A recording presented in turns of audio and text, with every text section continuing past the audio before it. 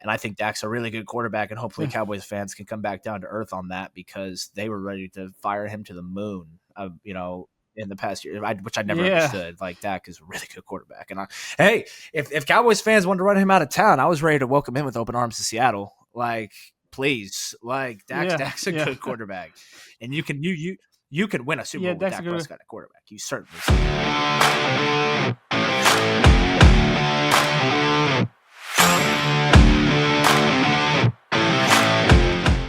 Hey everybody, welcome to the 32 Insights podcast. I'm here with Tommy. My name is Mo, and today we're going to get into some of the best NFL teams and hey, what's cooking this season. Tommy, what's up, man? How you doing? I'm doing well. How are you?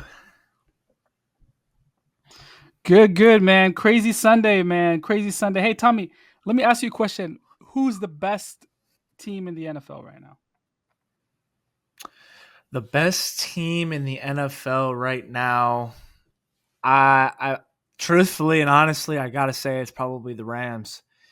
As painful as it is to say, I think they had quite an opportunity with Philly there that, a blocked field goal kind of set them short. Obviously, Seattle is a fantastic football team this year, one of the best teams in the league. Rams were able to get it done there. Obviously, I'm sure we'll dive into that game a lot more as we go further on here. But yeah, I think the Rams, in terms of what they have done this season, got to be the best team. I think they're balanced on both sides of the ball. And obviously the NFC, in my opinion, is a lot stronger than the AFC is this year.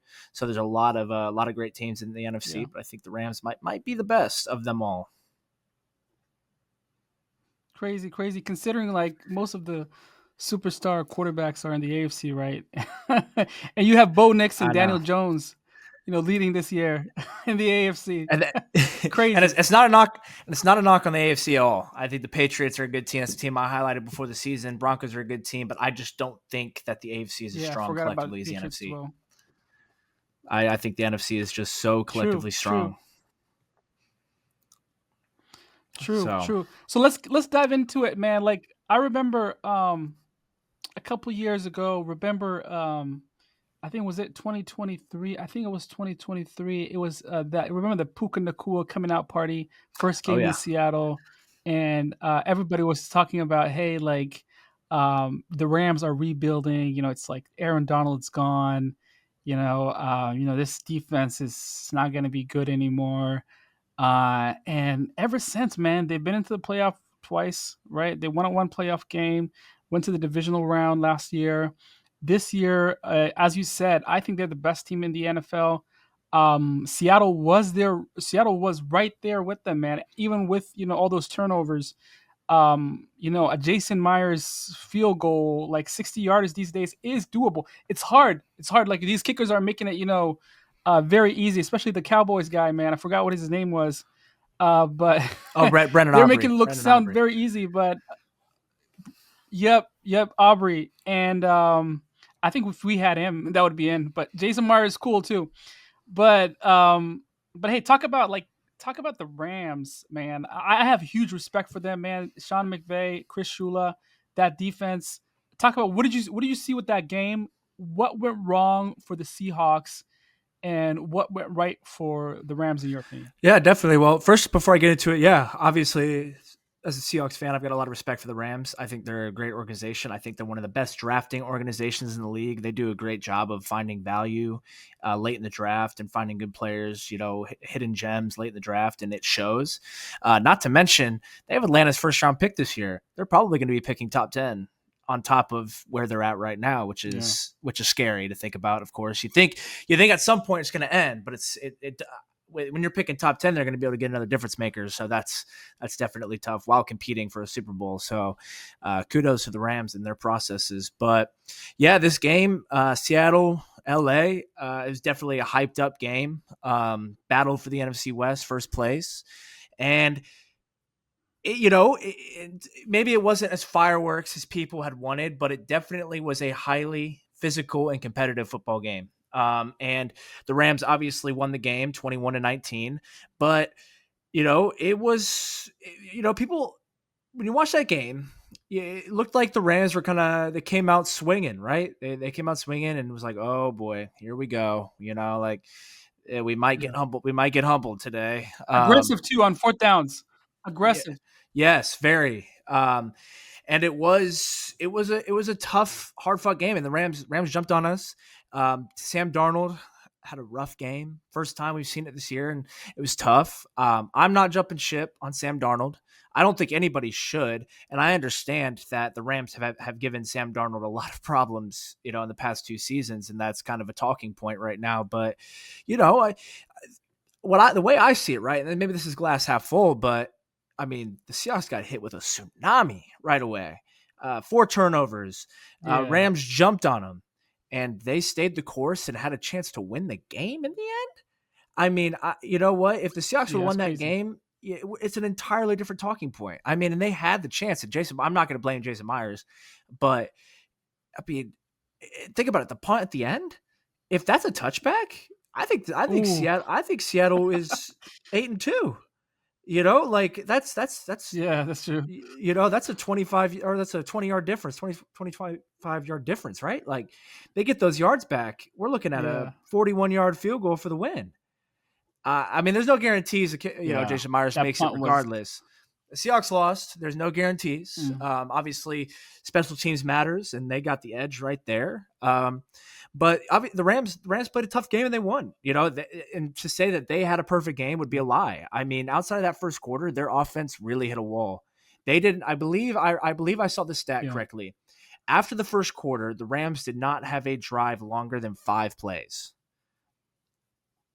That's crazy. And which is That's ridiculous. absurd to think about. I mean, and it just tells you how good Seattle's defense is. And I've been hearing some Rams talk shows and stuff saying the same thing. Like Seattle is the best opponent that we have played all year.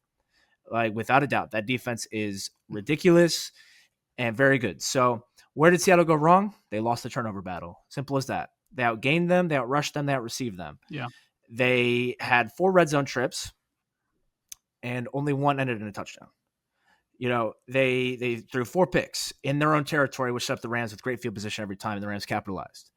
And there was a lot that went Yeah. wrong for Seattle, and for them to have a chance to win the game in the end, I think is one of the most positive outcomes I could have ever seen in that type of loss. And obviously, Yeah. the next game will probably be different in any type of way because, like I said, I don't think the Rams played particularly well as well, but as a Seahawks fan, it's hard to not be, optimistic walking out of that believing that, they can clean some stuff up. They can still get healthy. I mean, they were Yeah. missing some dudes. We still haven't seen Julian Love much this season. Jaron Reed's out. We got good news on Gray Zabel. Mm-hmm. Thank goodness. That would have been a That's great catastrophe. news. Mm-hmm. And so I'm ready to see the next matchup in Seattle. I'm very, very, very excited. I think these are 2 great Yeah. teams, and I have a weird feeling we might be seeing a third matchup this year. These 2 teams Yeah. look great. They look great, and I think we could see a third matchup Yeah. this season and late in the playoffs. But overall, I Yeah. thought Seattle competed. It wasn't perfect. It certainly wasn't pretty, but they competed and had a chance to win the game in the end. And that's all we can really ask for in a game like that, where they just did not play very well on offense. Yeah. Yeah. Man, for me, I think I'm not jumping ship on Sam Darnold, right? But I have more questions, right? I think the questions are looming out there. And, in the beginning of the season, we heard a lot about, how Sam Darnold improved, with his footwork. And, and we heard a lot about, his trainer and how he focused on his footwork and getting the ball out on time.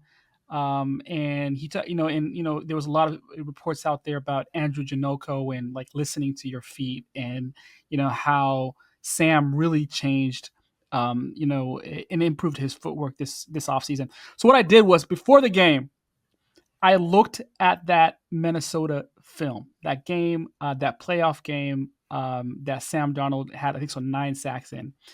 And I just watched his feet, right? I just watched his feet. And he was flinching, right?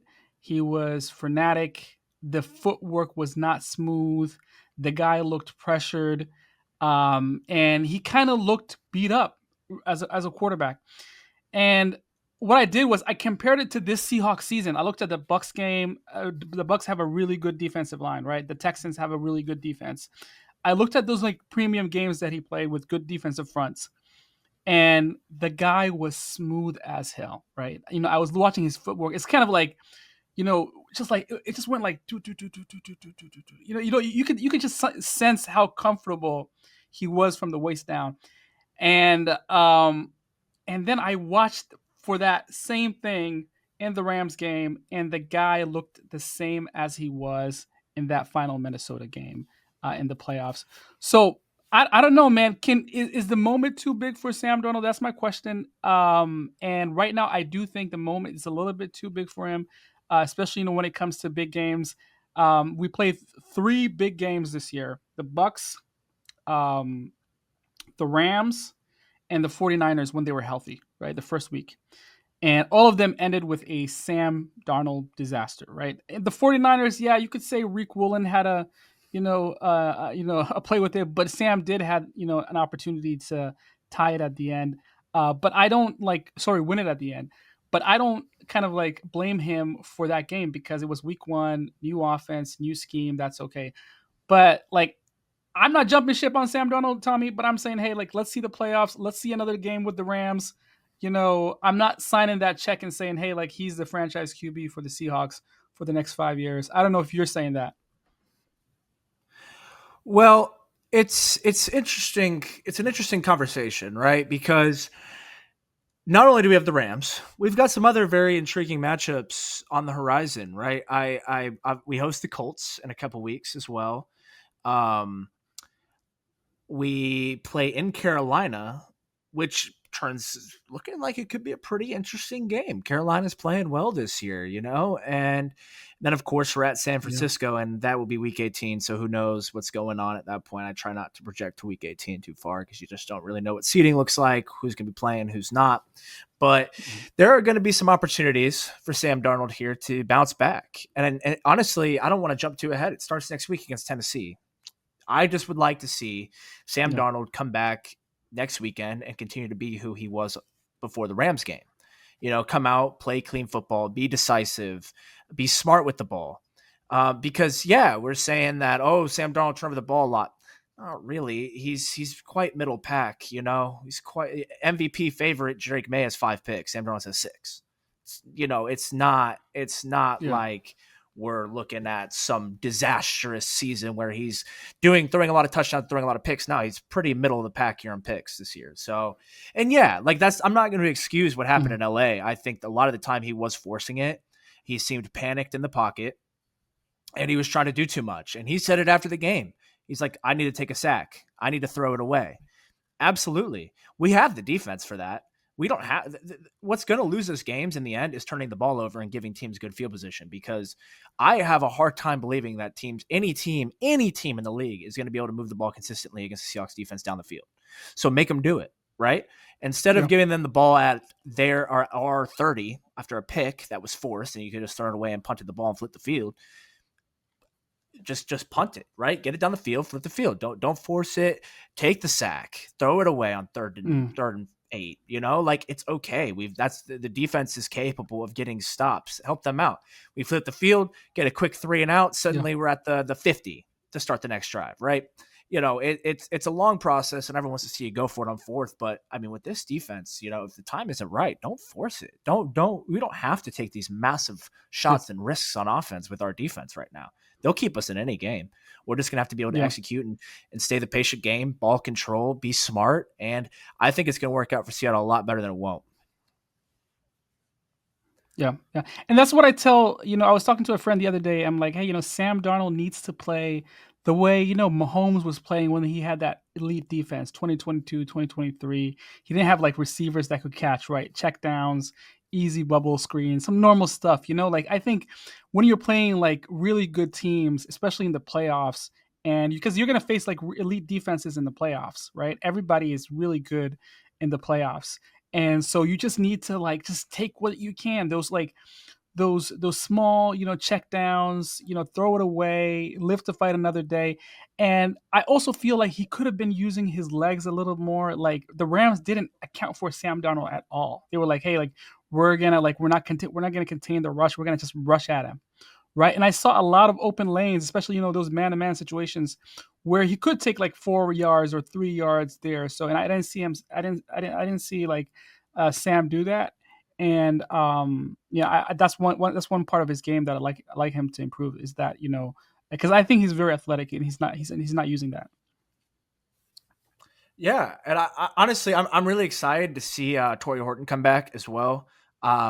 He's become quite an integral part of the offense as we've seen over the past few weeks, and I think we're missing him, especially in the red zone, as he is kind of been a touchdown machine this year, a quiet touchdown machine this year. But he's found the end zone a lot for us this season, and I think we've been missing him over the past couple weeks.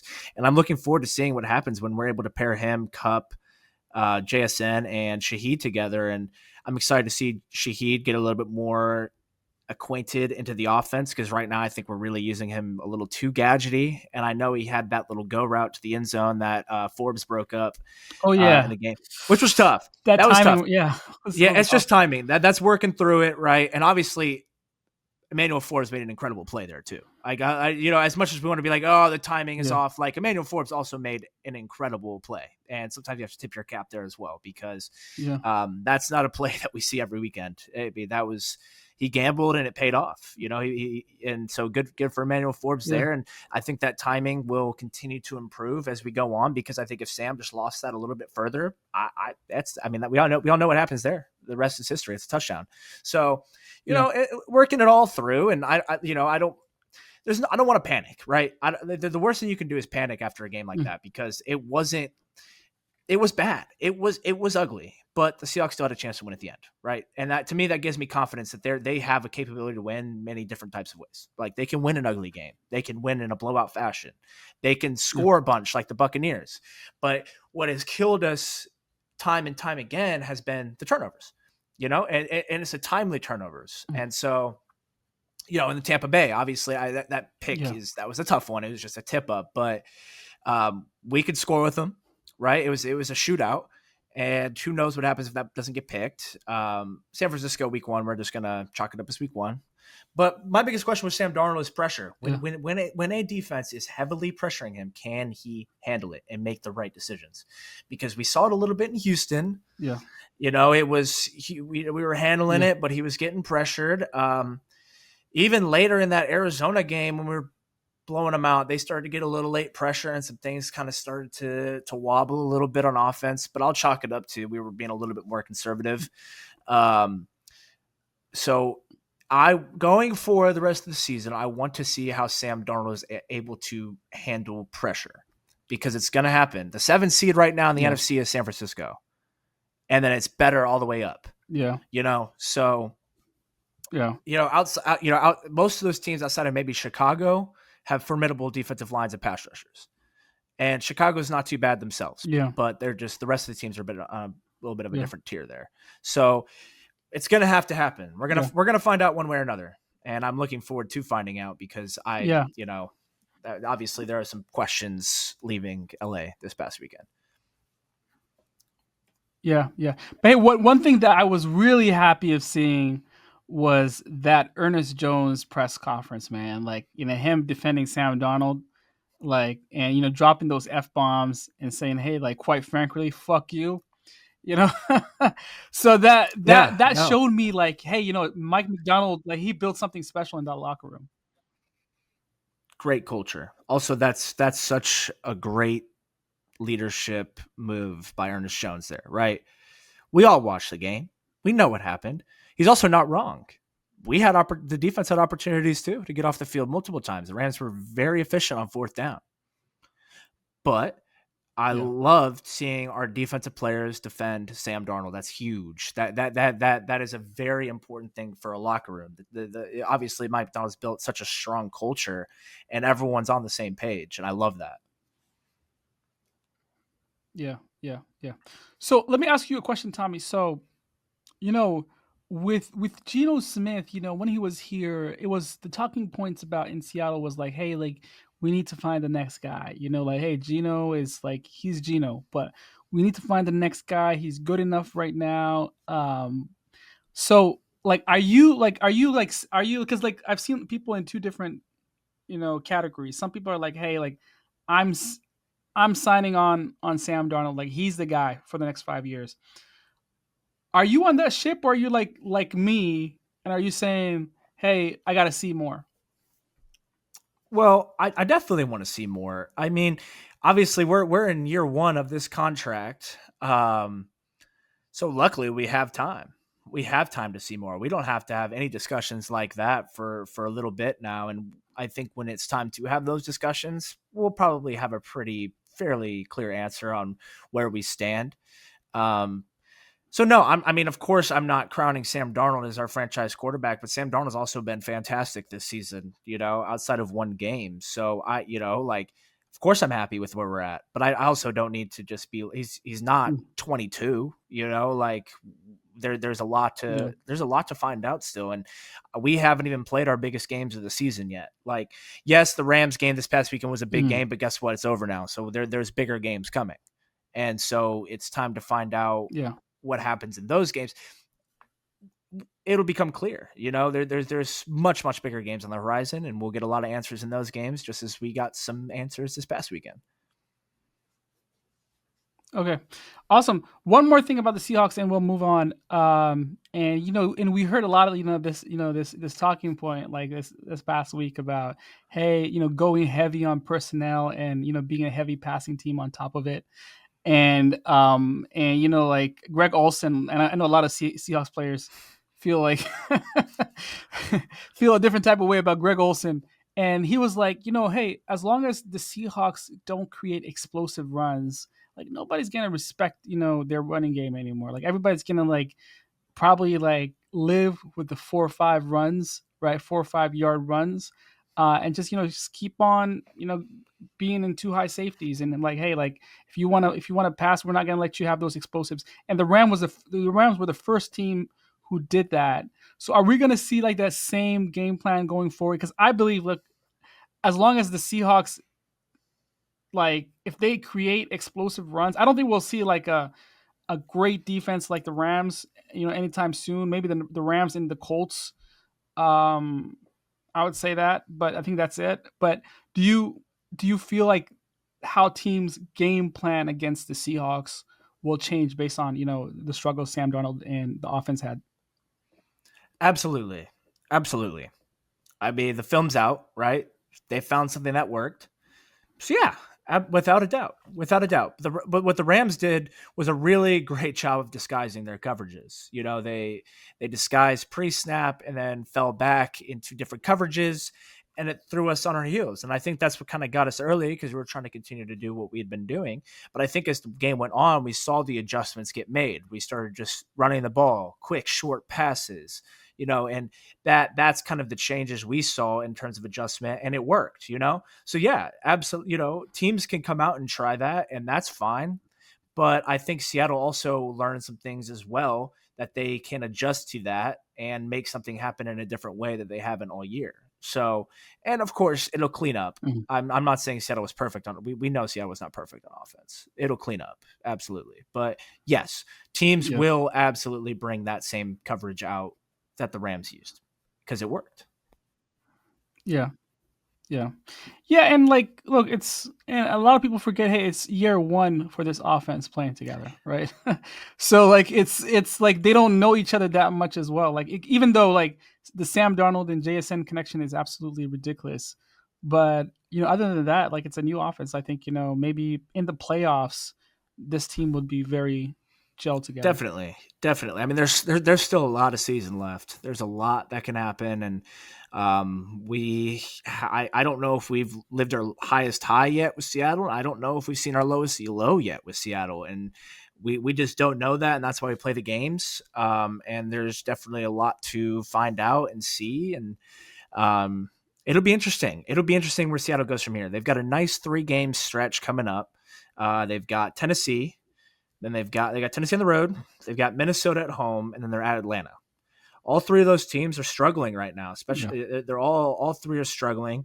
I think Atlanta's probably the best of those teams. I'm not sold on Minnesota and JJ McCarthy at all, and I think Seattle's going to give JJ McCarthy some Mhm. problems. Um, so Yeah. they got a little 3-week get right stretch. They could be going into the Colts game, Colts Rams stretch at 10-3, which I think would be great. And then we'll begin to learn a lot more about the team again in that final stretch of the regular season. Yeah. All right, and Tommy, moving on to some other teams, man. One of the teams that I'm very impressed with, and a lot of people are kind of writing off, is the Denver Broncos, man.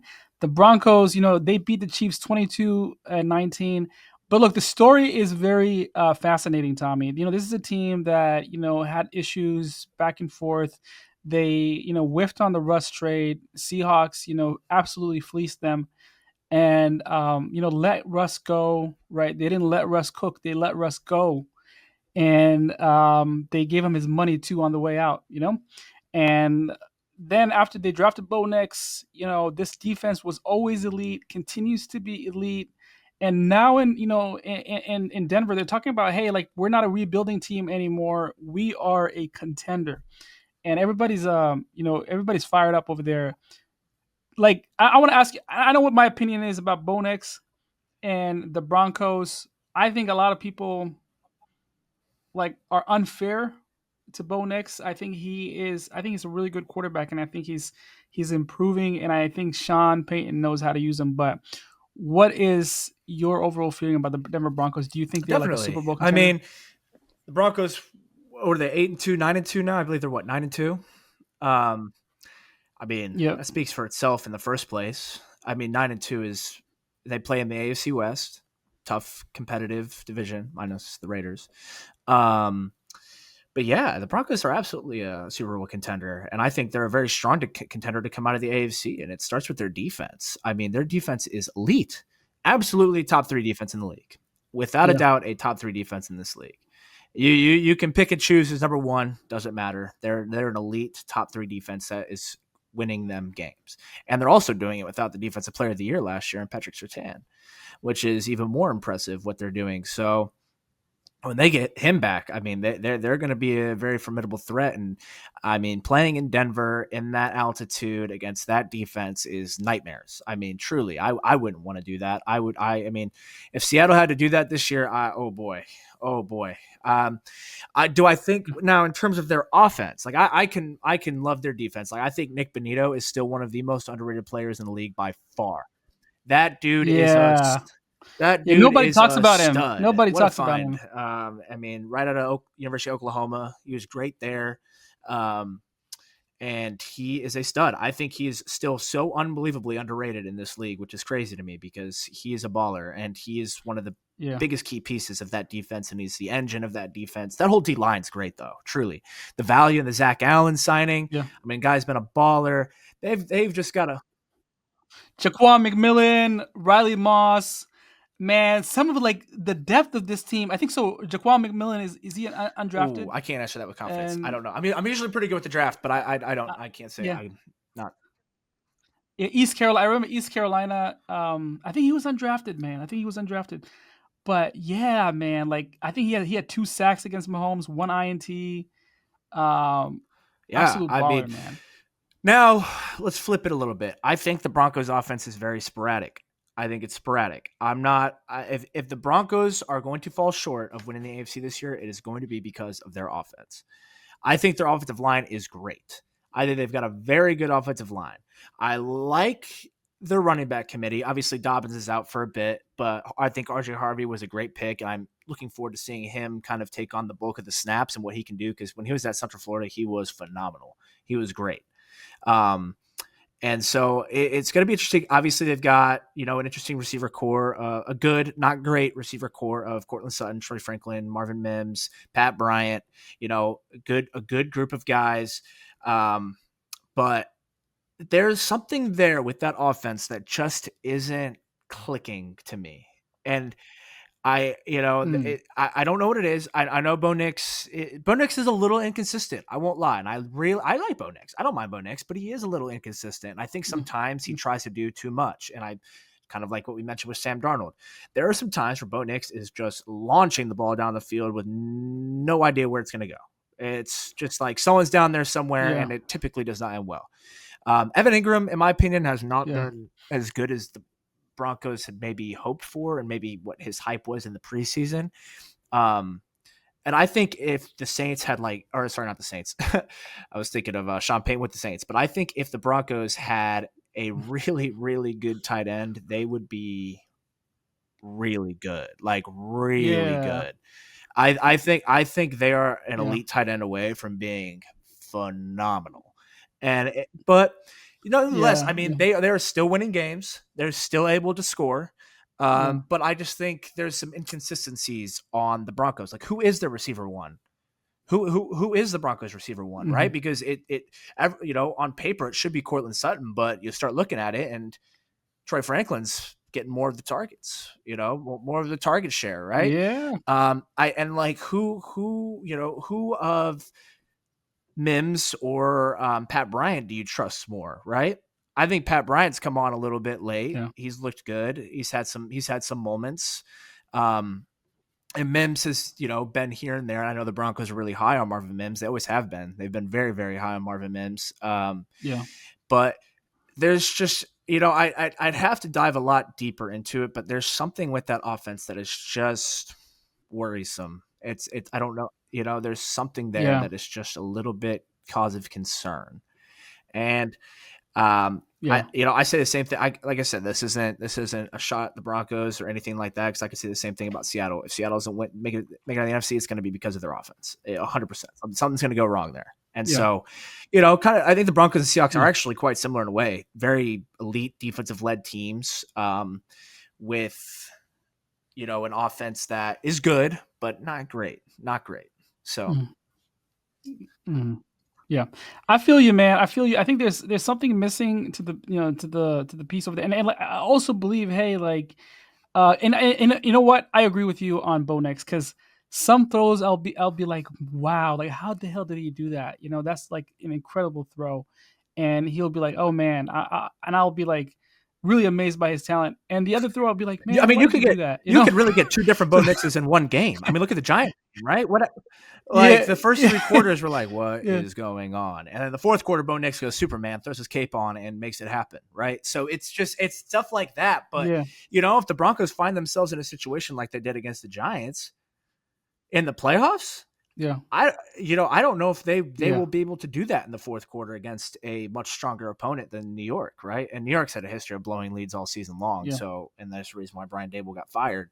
But I mean, it's going to yeah, be interesting. It's going to be interesting. But like I said, there's so much season left. Like something could click with the Broncos next week, and they might not look back. Like there's no way to yeah, actually know until we see it on the field.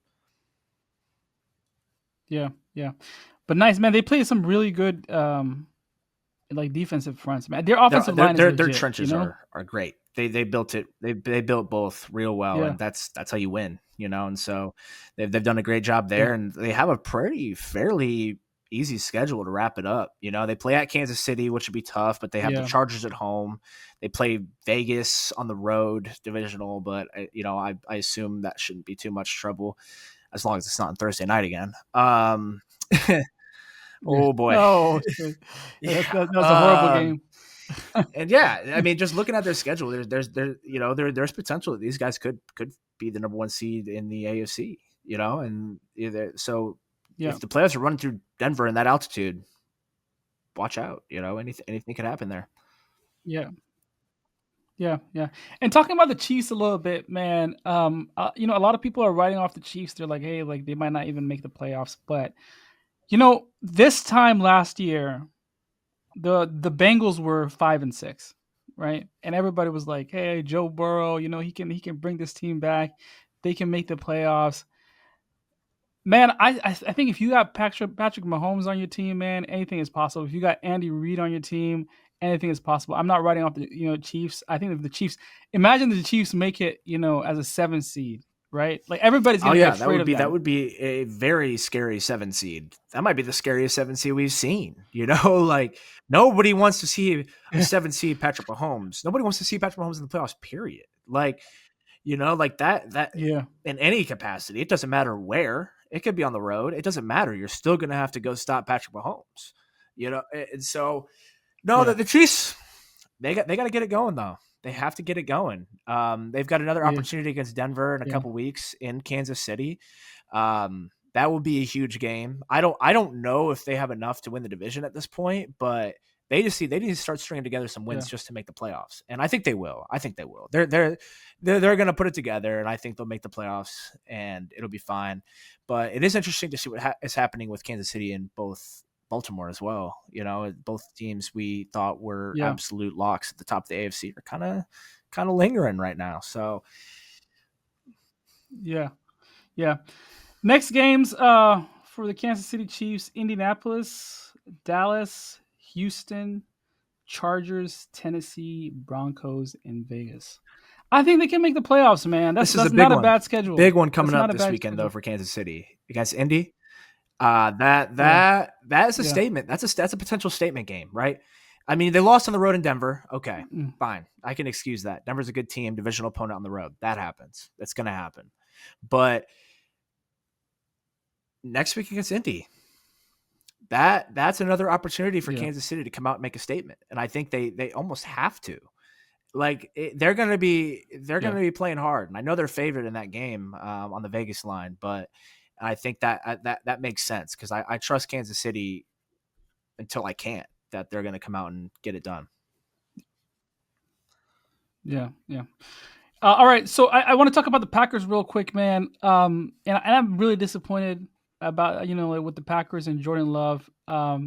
Jordan Love and the Packers sold me crypto, man, and I didn't get my return. I picked them for the Super Bowl favorites, like the team that will make the Super Bowl. And seriously, they sold me bad crypto, man. They sold me bad crypto, and that's like, and it's very disappointing to see, the type of defense they have, the type of ability they have, and Jordan Love, man, I don't think you can trust him. I don't No, think you can Jordan Love trust him. started the year real well, and kind of came down to earth a little bit. I got so much hate for this. I just think Jordan Love is kind of in that maybe second tier of quarterbacks. I don't think he's elite. I don't think he's Yeah. elite. And like Hmm. argue with me all you want. Packers fans are gonna hate me. I've never seen Jordan Love as an elite quarterback. I think he's a good quarterback, not Hmm. elite. Not elite. Yeah. And I just think he's in the second Yeah. tier. And I Yeah. mean, the Packers are a weird team because they just have not been able to figure out that receiver room at all. At all. I bet they regret not drafting JSN Yeah. now. Oh my goodness. Could you imagine the Packers with JSN? Oh my goodness. Or even Zay Yeah. Flowers or what Quentin Johnson looks like this year. I Yeah. mean, it's different. It looks different. Like, but oh Yeah. yeah. I they just Matthew Golden, what an air ball. Like I can say that because I was low on Matthew Golden from the get go. Like this guy does yeah, Yeah. I this guy remember does not our pre-draft produce. And conversations. so if he didn't produce in college, why are we shocked that he's not producing in the NFL? Like, and there's reasons for that. Yeah. The Packers receiver room is deep with a bunch of average guys. And I think Matthew Yeah. Golden's average. So he's just pinned back a little bit, and they're more of a run heavy team anyway with Josh Jacobs, who's now hurt, which just adds another layer of like what's going on in Green Bay. Um, but yeah, I mean something is not right there. That home loss to the Panthers Yeah. was Man, it I just mean, doesn't make sense. I can It doesn't make excuse the sense. loss to Philly. Like anytime you lose to another great team, like okay, like like whatever. Yeah. But the Panthers had to be a gimme. Like like the Panthers just had to be a gimme. And like they're still a good Yeah. team. Like I'm not that's that. I mean, I think I love their front. Like I love their front seven. Their two linebackers are great. I mean, you've got Gary and Parsons coming off the edge. Um, they've got a bunch of guys in the interior there that shuffle in and out, getting fresh legs. Packers are still a very good team. Don't get me wrong. I just Yeah. something's up for a team that we were crowning Super Bowl champs after week 2, which is funny enough that we were even doing that. But Yeah. Yeah. Yeah. It's tough, man. And like the NFC is a gauntlet this year, man. The NFC is tough. Like really good teams I, might not I make the playoffs this I year. think it might take And 11. I think it might take yeah. 11 wins to be like safely in the playoffs. If we're gonna have another 10-win team not make the playoffs this year, I strongly believe it, which is crazy. Yeah. Yeah. So I think the Packers might see themselves where the Seahawks were last year, like 10 wins, not in the playoffs, because I think the Rams in Seattle fighting for that division, right? The other one's going to be a wild card for sure, right? So you got two teams over there. You got the Lions, and I think the Bucks are going to win their division, and then you got San Francisco, Green Bay, and Chicago fighting for that last spot. So yeah, It is man, going to be I think tough. it's going to be Chicago's got tough. a gauntlet to finish the season, though. Chicago might be that odd team out. Like I don't know if you've seen their schedule to finish the year, but it Yeah, is a gauntlet, including 2 Green Bay matchups. So that will take care of yeah, itself. I still think the Lions are the best team in that division. I think they always have been, to be yeah. honest. But Yeah, I think one of those teams are not going to make it. Either the 49ers, the Bears, yeah, or the I agree. Packers. I agree. And truthfully, I think it's going to probably be either the Niners or the Bears. I think the Packers will be fine. They'll find their way. They'll find their Yeah. way. But yeah, with the 49ers Mm. and Bears, that Bears schedule scares me. I mean, their wins aren't really all Yeah. that impressive, and they are going to have to pick up some really impressive wins to finish up the season. So Yeah. the Bears have improved a lot. Hats off to them. They're on the come up. This is not the end of the Bears, Yeah. but I think they're going to be the team that misses it this year. Yeah. All right. So talking about some more teams, man. The Eagles really like fascinate me, man. And I know like we got you're very loved in Philly, Tommy. I Uh, wouldn't want it any other way. I wouldn't want it and any other look, way. but look, the Eagles are like, hey, look, they're that team that you just, you never understand because they have the talent. They got some really good players out there. And you always see this drama, with the offense. The defense is like, I don't hear nothing from the defense. Usually the defense is good. Like they're picking up. Like usually early on, I was a little bit like concerned. I was like, hey man, what happened to that dominant Eagles defense? But right now, like seeing them like last couple of games, I was like, man, that's they turned it around with Jalen Phillips and some of the additions they had as well. They're playing at a high level, man. So do you think like they're like the Eagles are at where the Seahawks were when they lost that Super Bowl? They kind of like tired, and like that spark is missing again because like they never had like they had a Super Bowl hangover, and then they came back and they won the Super Bowl.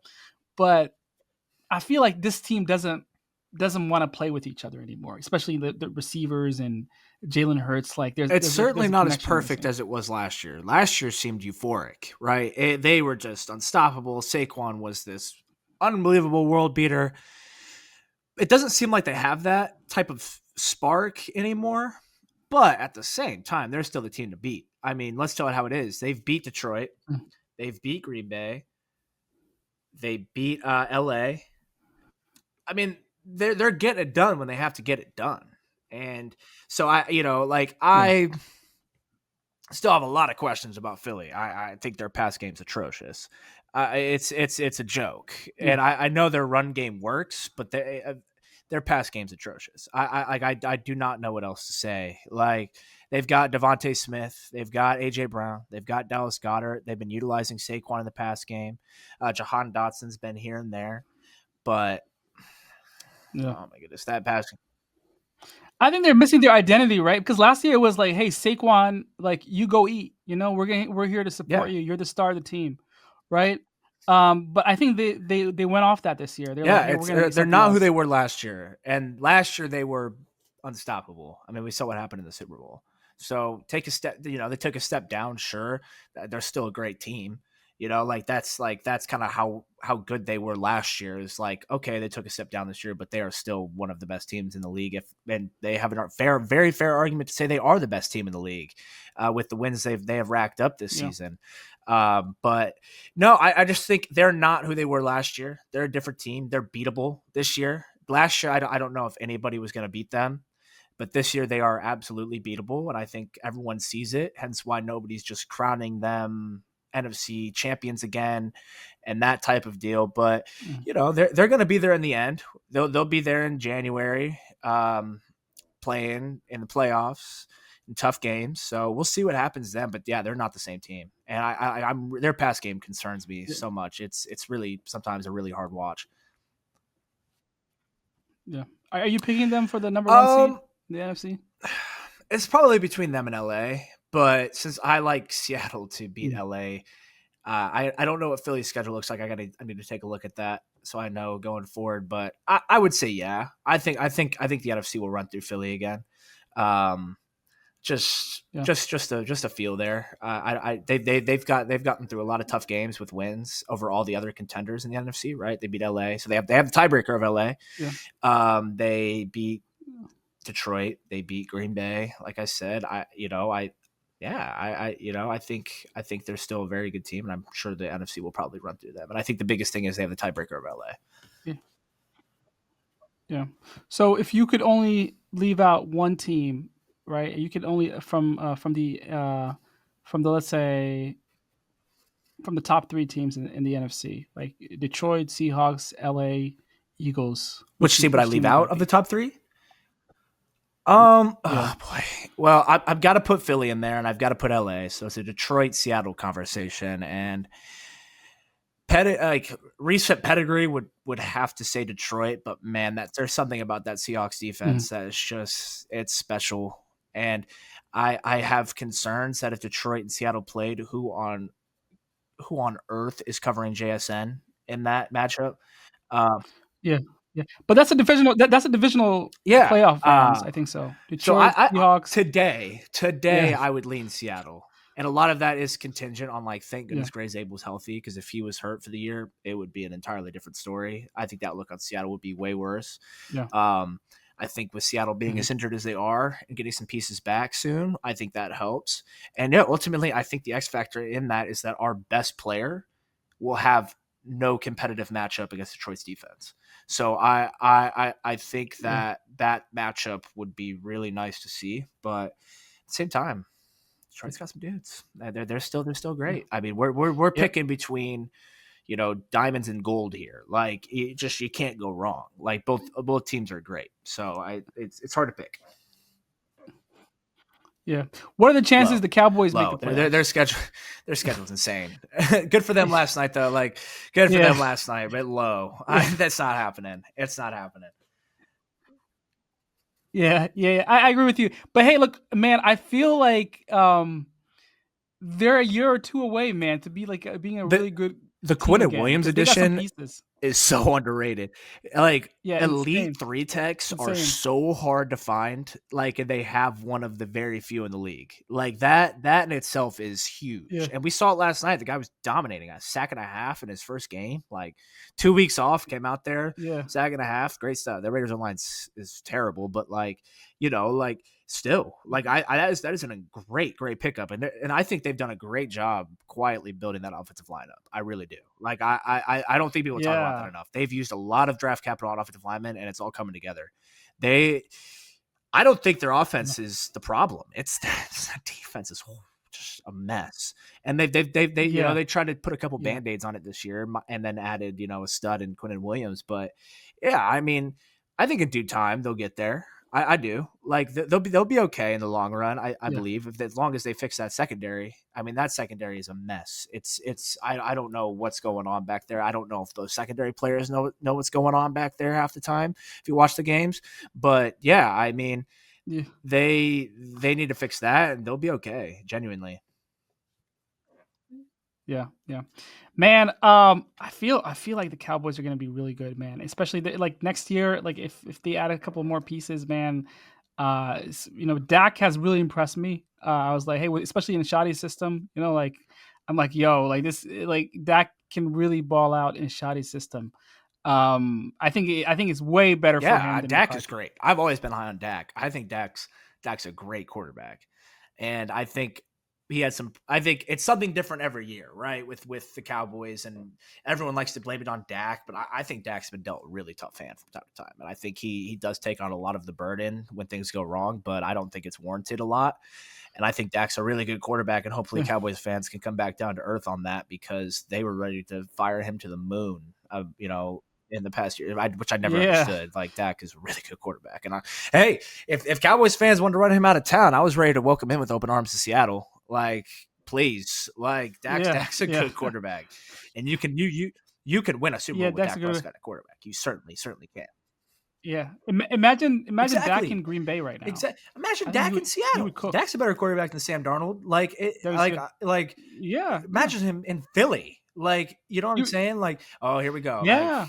But like, no, truly though, like he's. Yeah, truly, seriously, I agree with you. Especially in like if he had like a kind of, I would really love to see Dak in like a McVay Shanahan system, like the like what we support Dak Prescott on this show. We're Dak Prescott guys, like that. Yeah, definitely. But awesome, man. Yeah, let's see how it goes next week. And I'm super excited to continue the conversation. But let's say, what is your last insight of the show? Like, what do you want to leave with fans?